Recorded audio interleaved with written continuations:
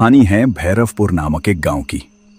इस गांव में लोग शाम के 8 बजे ही घरों के अंदर चले जाते हैं। किसी की हिम्मत नहीं कि वो रात को घर से बाहर निकले। अगर गलती से भी निकल गए मतलब मौत। रात के सन्नाटे और घने कोहरे के बीच एक घंटी की आवाज सुनाई देती है। इस घंटी का खौफ पूरे गांव में है। कहते हैं ये घंटी अपने आप बजती है और ये घंटी जब बजती है समझ जाओ कि वो आ रही है। हेडफोन लगा लीजिए, दरवाजे बंद कर लीजिए, क्योंकि आखिरी रात के इस एपिसोड में आज हम आपको लेकर जा रहे हैं भैरवपुर के खौफनाक, रोंगटे खड़े कर देने वाले भूतिया सफर पर। अरे सोमा, तुमने सुना क्या? आज हमारे गांव के पुराने अस्पताल के लिए शहर से एक नए डॉक्टर आने वाले थे, पर अभी तक वो आए नहीं। शाम भी होने को है। पता नहीं अब क्या होगा इस गांव का। हाँ ठाकुर बलवंत जी, मैंने भी सुना था अभी शाम होने वाली है। अब तक आ जाना चाहिए था। ठाकुर बलवंत जी, आज तो अमावस्या है। रात के 8 बजे के बाद वो पीपल के पेड़ वाला किस्सा। हाँ सोमा, बात तो सही है। तू जा पूरे गांव वाले को बता दे, आज रात 8 बजे के बाद कोई घर से बाहर नहीं निकलेगा। हे भगवान, और उस डॉक्टर का क्या होगा? वो तो अभी तक नहीं आया है। अरे यही तो डर सता रहा है। अब उसी रास्ते से उस डॉक्टर को भी आना है। मैंने मेरे नौकर को बस स्टेशन भेजा था, पर वो भी वापस आ गया है।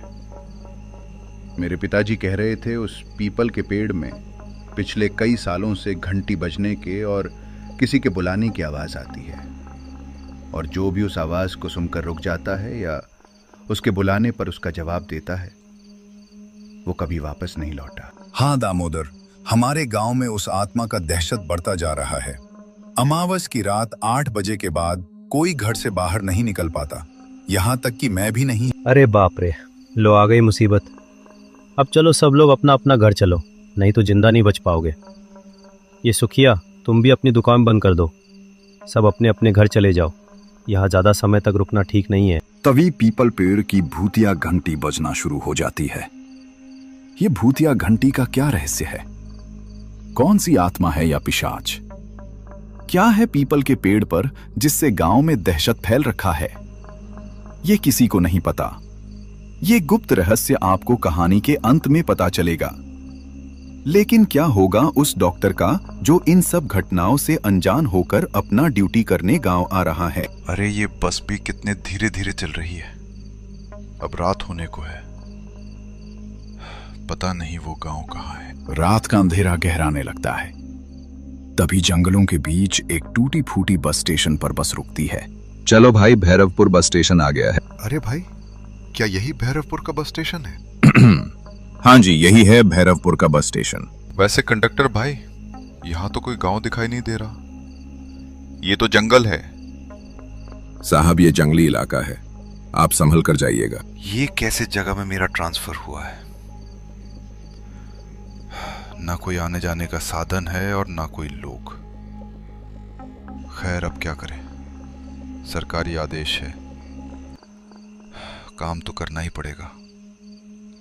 चलो भाई, अब पैदल ही जाना पड़ेगा लगता है। डॉक्टर अकेला आगे बढ़ता है।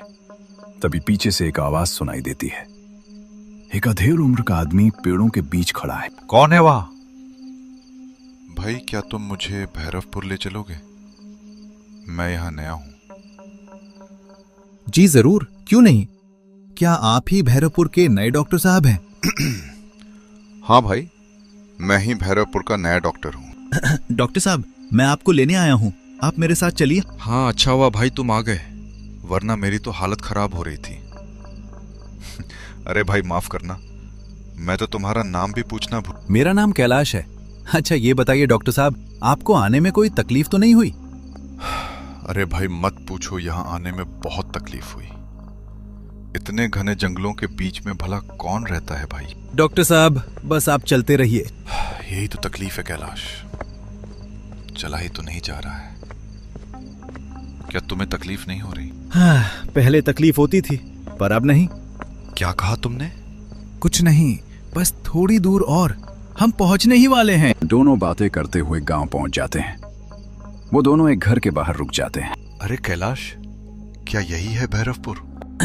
हाँ डॉक्टर साहब, यही है भैरवपुर। अच्छा कैलाश, मुझे ये बताओ, हमारा अस्पताल कहाँ है? बस मेरा सफर यही तक का ही था। हम ठाकुर बलवंत के घर पहुंच गए हैं। मैं यहीं रुकता हूं। आप जाइए, ठाकुर बलवंत आपका इंतजार कर रहे हैं। चलो ठीक है, धन्यवाद भाई, कल मिलते हैं। कल को किसने देखा है डॉक्टर साहब? इस गांव में पता नहीं है क्या हो रहा है। लोग डर के साए में जी रहे हैं। ऊपर से डॉक्टर आ रहा था, वो भी अब तक नहीं पहुंचा। पता नहीं क्या हुआ होगा उसके साथ। अरे डॉक्टर साहब, आप आ गए, चलिए अंदर चलिए। डॉक्टर साहब, आपने बड़ी देर कर दी आने में। वो क्या है ना ठाकुर बलवंत जी, आपको तो पता ही होगा, सवारी बस में आना, बार बार रुकना, इसमें समय निकल जाता है। सोचा था 5 बजे के पहले आ जाऊंगा, पर यहां तो मुझे आते आते रात हो गई। आप तो बड़े हिम्मत वाले हो डॉक्टर साहब। इतनी घनी जंगल में अकेले ही 3 से 4 किलोमीटर पैदल चलकर गांव पहुंच गए। अरे नहीं नहीं ठाकुर बलवंत जी, मुझ में इतनी हिम्मत नहीं है कि मैं रात को अकेले जंगल का सफर कर सकूं। भला हो उस आदमी का, क्या नाम था उसका? हाँ, याद आया, कैलाश। वो मुझे यहां तक लेकर आया। कैलाश? कौन कैलाश? किस कैलाश की बात कर रहे हैं आप? ये आप क्या बोल रहे हो? कैलाश? कौन कैलाश? क्या ठाकुर बलवंत जी आप भी मजाक कर रहे हो? कैलाश के साथ ही तो मैं गांव तक आया था। बड़ा अच्छा बंदा है वो बाहर ही खड़ा है। डॉक्टर के मुंह से ये सब सुनकर ठाकुर खड़ा हो जाता है। वो डर के मारे कांपने लगता है। क्या हुआ ठाकुर बलवंत जी, आप इस तरह खड़े क्यों हो गए? आपको तो पसीना भी आ रहा है। अरे डॉक्टर साहब, वो कैलाश मर चुका है आज से 5 साल पहले, पर उसकी आत्मा आज भी भटक रही है। हे भगवान, अब क्या होगा? मतलब वो कैलाश का भूत था क्या मेरे साथ? बाप रे, ये कैसा गांव है। इंसानों से पहले भूतों से मुलाकात हो गई। पता नहीं आगे अब क्या होगा। डॉक्टर अविनाश भी अब डरने लगा। ठाकुर के घर उसने रात गुजारी। अगले दिन डॉक्टर अविनाश गांव के अस्पताल पर आता है। अस्पताल बहुत जर्जर था। अस्पताल के ठीक आगे एक पेड़ था। उस पेड़ के नीचे वर्षों पुरानी एक कुआं भी है। ये रहा डॉक्टर साहब अस्पताल। आज के बाद आप इसी अस्पताल में रहेंगे। डॉक्टर साहब, बाहर एक कुआं है, उस कुएं की तरफ मत जाइएगा। क्यों? क्या है उस कुएं में? अरे कुछ नहीं है डॉक्टर साहब, ये तो बस अफवाह है। ये दामोदर है, हमारे गांव का है, ये आपके साथ रहेगा। इस तरह गांव वाले डॉक्टर को पुराने अस्पताल में छोड़कर चले जाते हैं। अविनाश पूरा दिन कैलाश और उस कुएं के बारे में सोचता रहा। सुबह से शाम हो गई, पर अस्पताल में कोई मरीज आया ही नहीं। अरे उस कुएं में क्या हो सकता है?